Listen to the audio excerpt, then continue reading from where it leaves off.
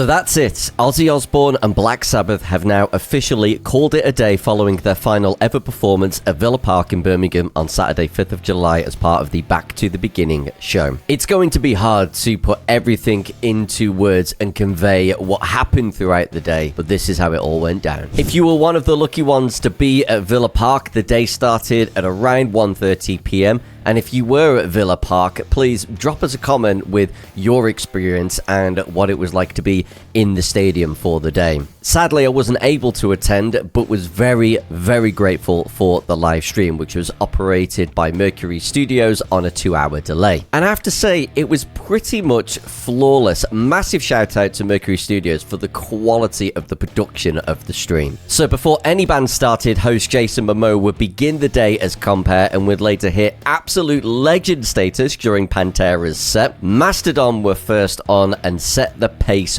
perfectly. Rival Sons, Anthrax and Halestorm would follow, all bringing something very unique and special to the day. The format was mostly the same for all of the bands on the bill, couple of original songs, followed by a Black Sabbath or Ozzy cover. And I personally thought that Lizzie Hale did an absolutely outstanding job of Perry Mason. Lamb of God would crush it with their cover of Children of the Grave, which they've now released officially as a studio release on all streaming platforms, so you can go and check that out. Very, very cool. We then got the first supergroup of the day. It was great to see Jakey Lee back on stage and Jack Black reprise his School of Rock role, but it was at this point where really we got our first big surprise of the day. It's fair to say that most Ozzy and Sabbath fans would have only heard of Yungblud and likely been skeptical as he comes from a more mainstream background. But his cover of Changes was outstanding. They also had a touch of class with Nuno from Extreme paying tribute to Liverpool footballer Diego Jota, who along with his brother tragically died this week in a car accident. We also got our first controversy of the day when David Draymond caught a wave of boos and shot back with, "Are we going to start this?" They then powered through with Shot in the Dark and moved on with things staying civil. Alice in Chains and Gojira followed. For those of us on the live stream, there was an issue with Alice in Chains set being muted for a while, but they did replay it later on in the day. Gojira, despite some sound problems, showed us again why the future of metal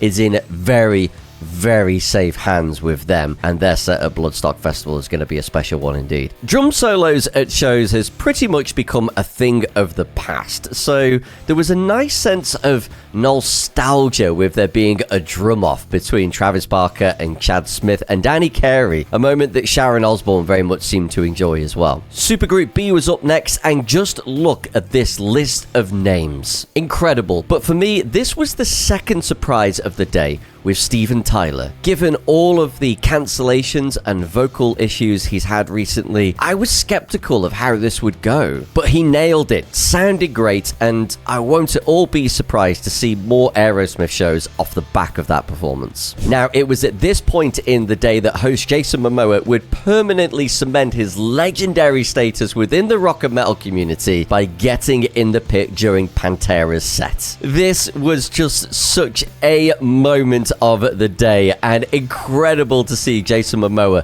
just living his best life. Given the length of Tool songs, I thought they picked the perfect song to cover with Hand of Doom, and Slayer very much impressed with their comeback following their own farewell back in 2019. Although this was the second cover of Changes, there's no denying that Fred Durst knows how to do a cover, and this came as a video performance for those of us watching the live stream. Guns N' Roses as a band sounded great, but it's clear that Axl Rose's voice has changed significantly in recent years. He's obviously trying to keep hitting the high notes, but like many other artists his age, he would likely benefit at this point from dropping to a lower register. It was really strange to see Metallica as a support act again.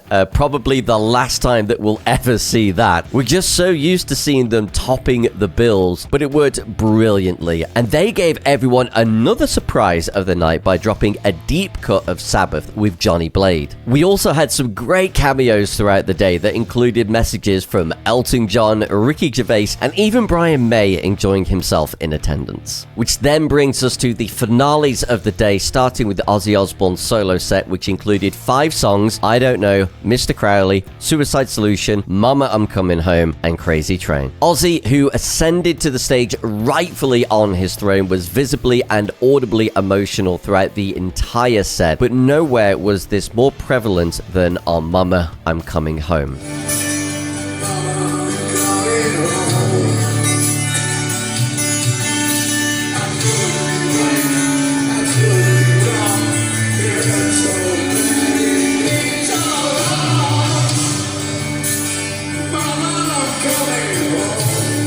Which, I have to be honest, got me as well. There were so many people who were saying he wouldn't be able to do it, that this was never going to happen. But to see Ozzy pull this off the way in which he did was just incredible. Such a powerful moment for our scene. I can't imagine all the emotions he must have been going through. You could tell he wanted to get up and stand, and he talks about how much it meant to him to be back on stage. An incredible moment that will forever go down in rock and metal history. It was then all wrapped up with the final ever set from Black Sabbath. The band who started it all literally invented heavy metal itself. So fitting they were able to bow out at Villa Park, just a few miles from where they all grew up. Their set included 4 songs: War Pigs, N.I.B, Iron Man, and Paranoid. And it's just so difficult to put into words just how much of a moment this was for rock and metal and the wider musical world. We'll never get a band like Black Sabbath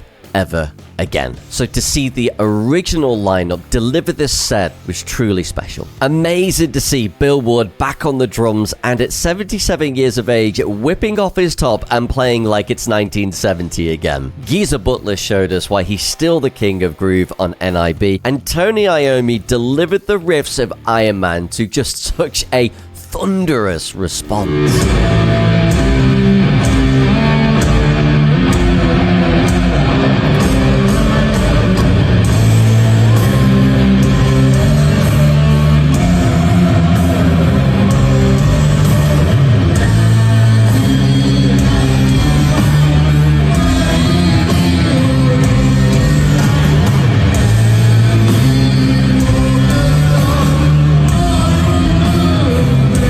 Ozzy took a really nice heartfelt moment to thank Tom Morello and Andy Copping for putting the event together. And with the conclusion of Paranoid, that was it. Truly an end of an era.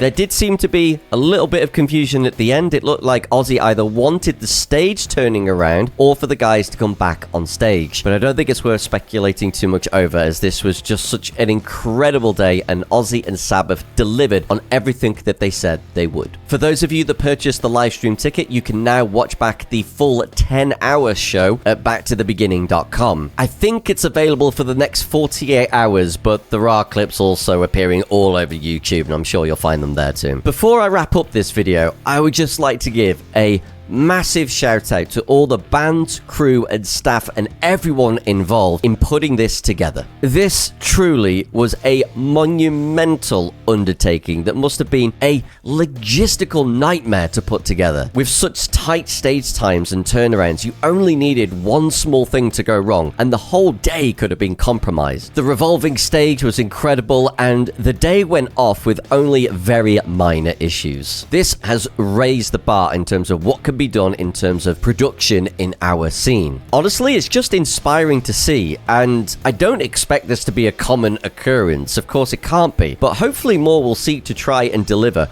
more high value production where they can. Because when you do, it's received so well, with this stream being watched by over 5 million people worldwide. Of course, we shouldn't forget that all of this was done not just for Ozzy and Sabbath, but 3 incredible charities: Cure Parkinson's, Birmingham Children's Hospital, and Acorns Children's Hospice. You can find a link for all of those in the description. And all that's left to say at this point from myself and all of us here at Primordial Radio is thank you. Thank you to Ozzy. Thank you to Black Sabbath for a truly unforgettable day and over 50 years of music that will live on forever. Primordial Radio.